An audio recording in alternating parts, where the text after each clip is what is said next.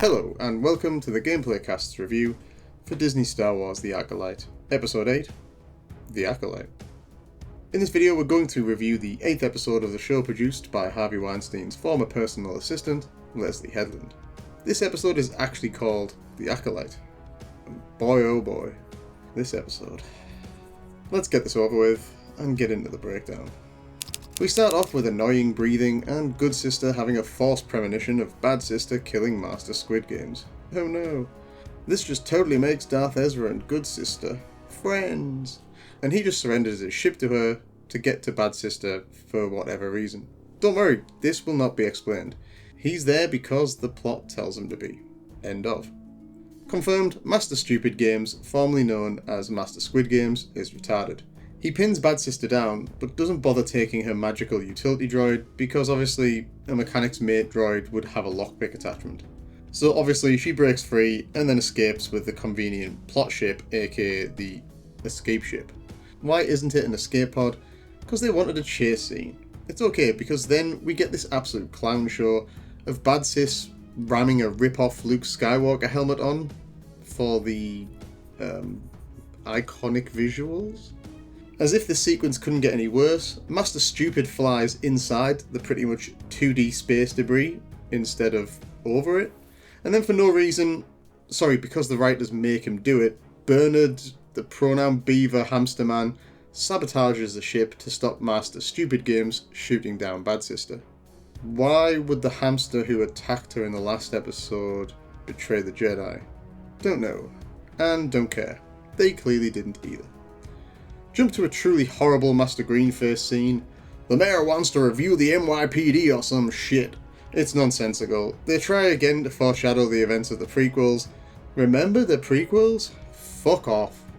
Ugh, honestly, queue up a load of scenes where everyone travels back to the planet Brenda or whatever, and we get this excellent scene of Gollum, which is actually supposed to be Darth Plagueis.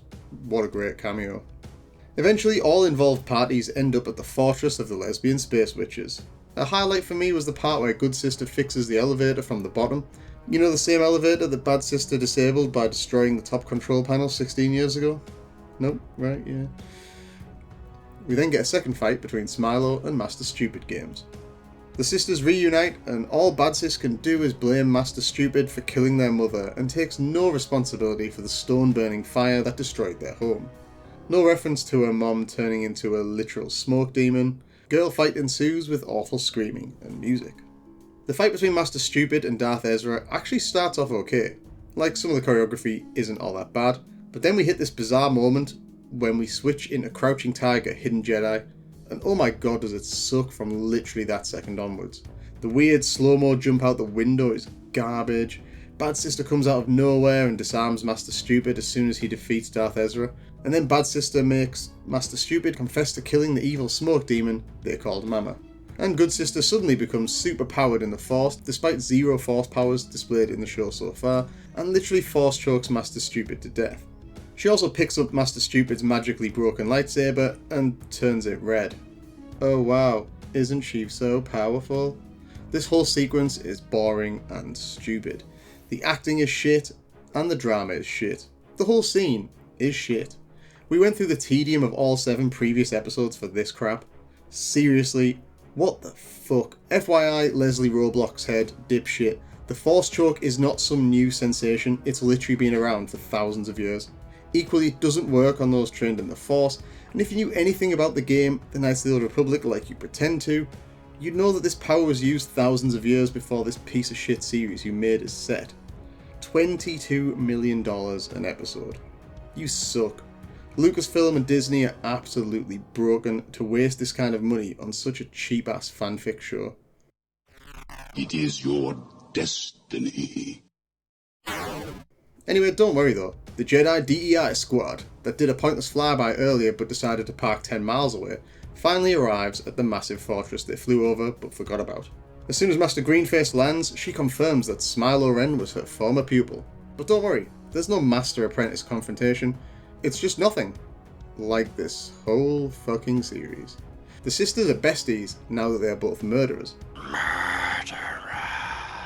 They apologise for pointless shit, not actually for killing people, and we get to a toe-curling emotional scene. What a load of absolute dog shite this is.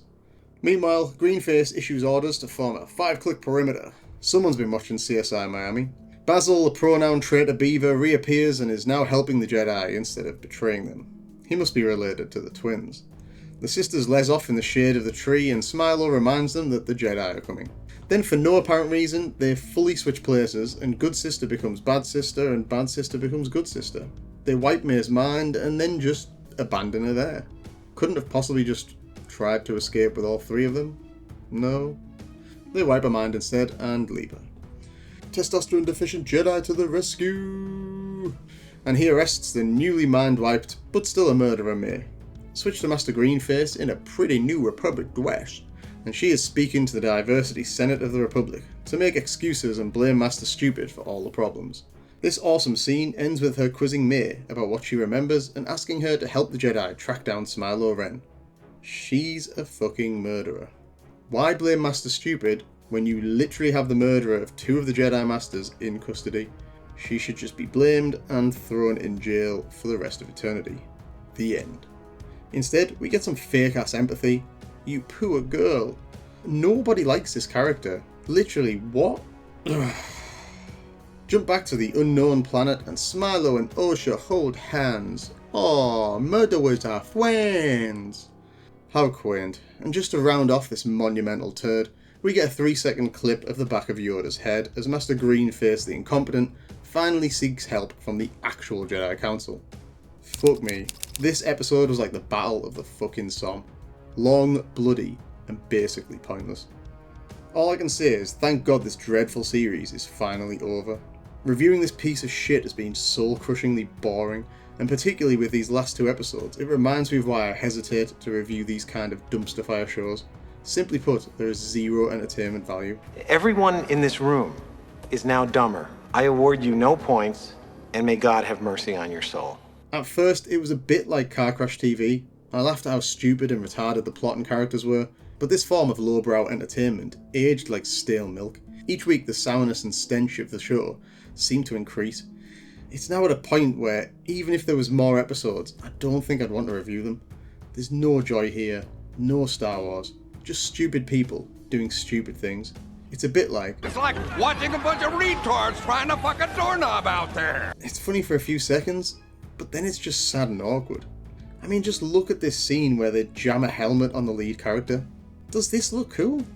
Fuck no. Honestly, there are actually 3, maybe even 4 times I think the writers actually got confused which twin was which and mixed them up in the plot. This would explain scenes where Smilo Ren takes half of Anakimbo hostage, and how both sisters by the end are flitting between good and evil like it's a dessert choice on a menu. I know you don't need me to say it, but this episode and the overall viewing experience is a solid 1 out of 10. It's badly written, badly acted, badly publicised Disney Star Wars dress-up that cost the budget of a small country. It's shameful. Good riddance, and may this series rot in entertainment hell. Though, I am all for Disney wasting millions of its investors' money, so please greenlight a 2nd season. I don't think I'll be reviewing it though, as I need a long holiday after this one. 7 weeks have felt like 7 years. Anyway, it's finally done. And as always, fuck Erebus. We don't need you. What? Leave now and never come back. No! Leave now and never come back!